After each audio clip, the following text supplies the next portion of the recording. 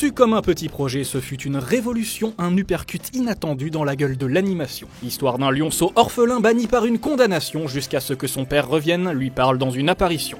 Un voyage sur les terres d'Afrique dans une nouvelle dimension faite d'aventures et de musique, de comédie et d'émotion. Mais connaissez-vous vraiment ce chef-d'œuvre qu'il y a un an déjà nous évoquions? Mesdames et messieurs, pour vous en assurer, voici 5 autres anecdotes étonnantes sur le Roi Lion. Allez, en route!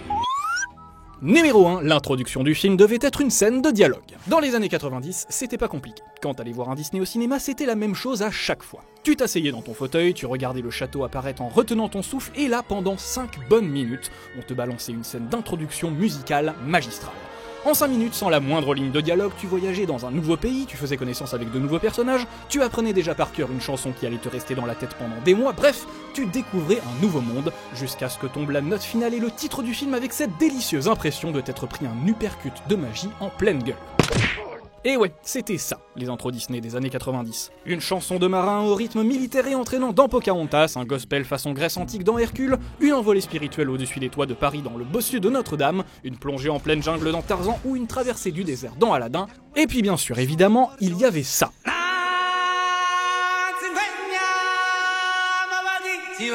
Une intro si puissante, si grandiose, si monumentale qu'elle a marqué de sa griffe l'histoire de l'animation à tout jamais. Notamment grâce à son inoubliable chanson, L'Histoire de la vie, en anglais Circle of Life, composée par Elton John et Tim Rice et interprétée par Carmen Tweedy et les Bohèmes. Cette chanson, à vrai dire, a un peu bouleversé le destin du Roi Lion lui-même.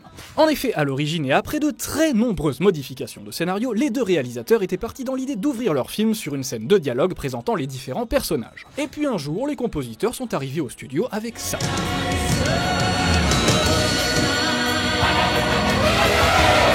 À partir de ce moment-là, il n'y a plus aucun doute sur la question, l'histoire de la vie résonnera dans les salles obscures dès les premières secondes du Roi Lion. Le résultat, c'est-à-dire la chanson liée au talent des animateurs, est d'ailleurs si réussi que les producteurs décident de tenter un truc que Disney n'a encore jamais fait avant. Diffuser la scène d'intro en intégralité comme bande-annonce du film. Ok, c'est pas conventionnel comme technique et c'est même risqué, mais franchement, la scène est tellement parfaite, elle présente tellement bien les personnages, elle introduit tellement bien l'univers et elle te donne tellement envie de voir la suite que ça ne peut que fonctionner. Pour vous donner une petite idée du résultat, disons que, à l'époque, les deux plus grands succès Disney au box-office mondial, c'était La Belle et la Bête, 424 millions de dollars, et Aladdin, 504 millions. Le Roi Lion, lui, a enregistré plus de 960 millions.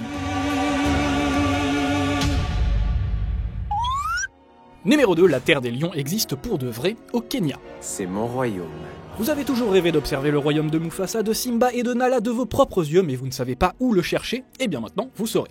Pour vous faire un petit safari sur le lieu qui a inspiré la Terre des Lions, il faudra vous rendre au Kenya, au parc national de Hell's Gate. Un endroit où, exactement comme dans le film, vous pouvez croiser des lions en liberté, des guépards, des phacochères, des zèbres, des girafes et des hyènes. C'est chouette, hein? Bon, alors ok, d'accord, vous n'allez pas pouvoir y admirer le fameux rocher au lion qui a été inventé de toutes pièces par les artistes du film, n'empêche que pour le reste, c'est l'endroit au monde qui se rapproche le plus de la savane que l'on voit dans Le Roi Lion, étant donné que pour préparer le long métrage, les animateurs sont partis en voyage à cet endroit précis et se sont inspirés de ce qu'ils y ont vu pour créer l'univers du film. Sympa comme boulot, non? C'est merveilleux! Et d'ailleurs, sachez que c'est une grande habitude chez Disney. Quand on veut parler d'un lieu dans un film, on va le visiter. C'est ainsi que les animateurs de La Reine des Neiges ont fait une petite virée du côté de la Norvège, ceux du bossu de Notre-Dame sont partis visiter Paris, et ceux de Vaiana ont fait le tour des îles du Pacifique. La chance.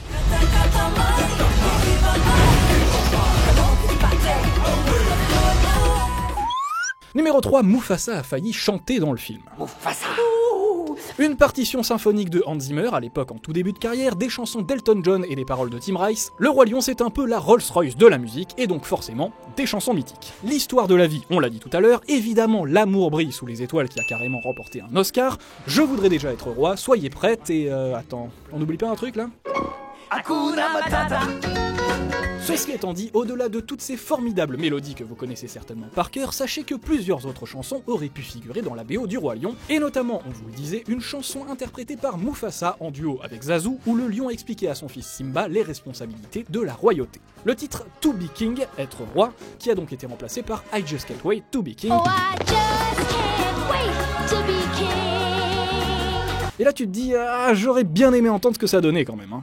Eh ben écoute, voilà, fais-toi une idée. To be king is a daunting position. But who gives a hoot when you're hot? Sinon, dans les premières versions du film, il y avait aussi une berceuse chantée par Sarabi à Simba, et tenez-vous bien, un Hakuna Matata alternatif appelé Warthog Rhapsody.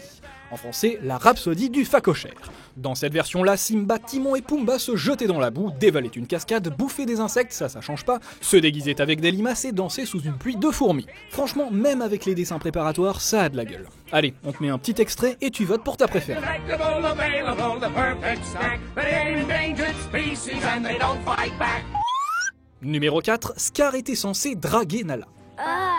Bon, alors on n'en a pas encore tout à fait fini avec les chansons. On vous prévient quand même, celle qui suit est un peu spéciale et carrément moins fun que les précédentes.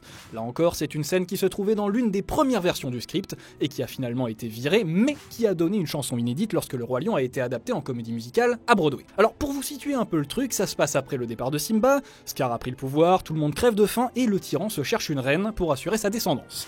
C'est là qu'arrive Nala, pour le prévenir qu'il n'y a plus rien à manger, et que Scar commence à la draguer. Non mais c'est quoi ce délire ? Ce délire, on le doit au dénommé Eduardo Quintana, un animateur professionnel qui, à l'occasion des 20 ans du Roi Lion, a décidé de recréer la séquence lui-même, en se basant sur les storyboards originaux et sur la chanson de Broadway. Le résultat, après 2 ans de travail sur son temps personnel, une scène à l'animation impressionnante, mais comment dire, vraiment dégueulasse. Get away from me! Tell me I'm a go. Numéro 5, les rugissements de Simba et de Mufasa ne sont pas ceux d'un lion.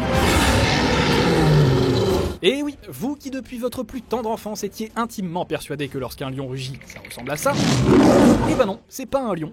Et pour une raison très simple, c'est que le véritable rugissement des lions dans la nature n'était apparemment pas assez cinématographique. Pour remédier à ça, on a donc fait appel à des tigres et à ce mec-là. Frank Welker, un comédien de doublage dont le métier en gros est de faire des bruits d'animaux. Quand on se balade sur sa filmo, du coup on croise des trucs du genre Quark le chien dans Chérie j'ai rétréci les gosses, le méchant Stripe dans Gremlins, Bigfoot dans Dingo et Max, Cricky dans Mulan, Totoro dans Totoro et énorme, Johanna dans Bernard et Bianca au pays des kangourous, ça j'adore. Ouvre la bouche. Bref, pour interpréter les rugissements de Mufasa puis de Simba dans Le Roi Lion, il a donc dû rugir dans une poubelle. Comme ça. Great. Yeah, that was good.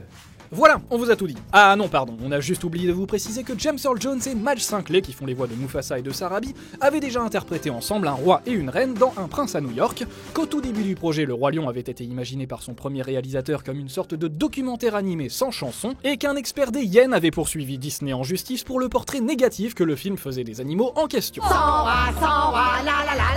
Quoi qu'il en soit, Give Me 5 prend des vacances bien méritées. On vous souhaite à tous un très bel été et on se retrouve à la rentrée. Hey, casse-toi.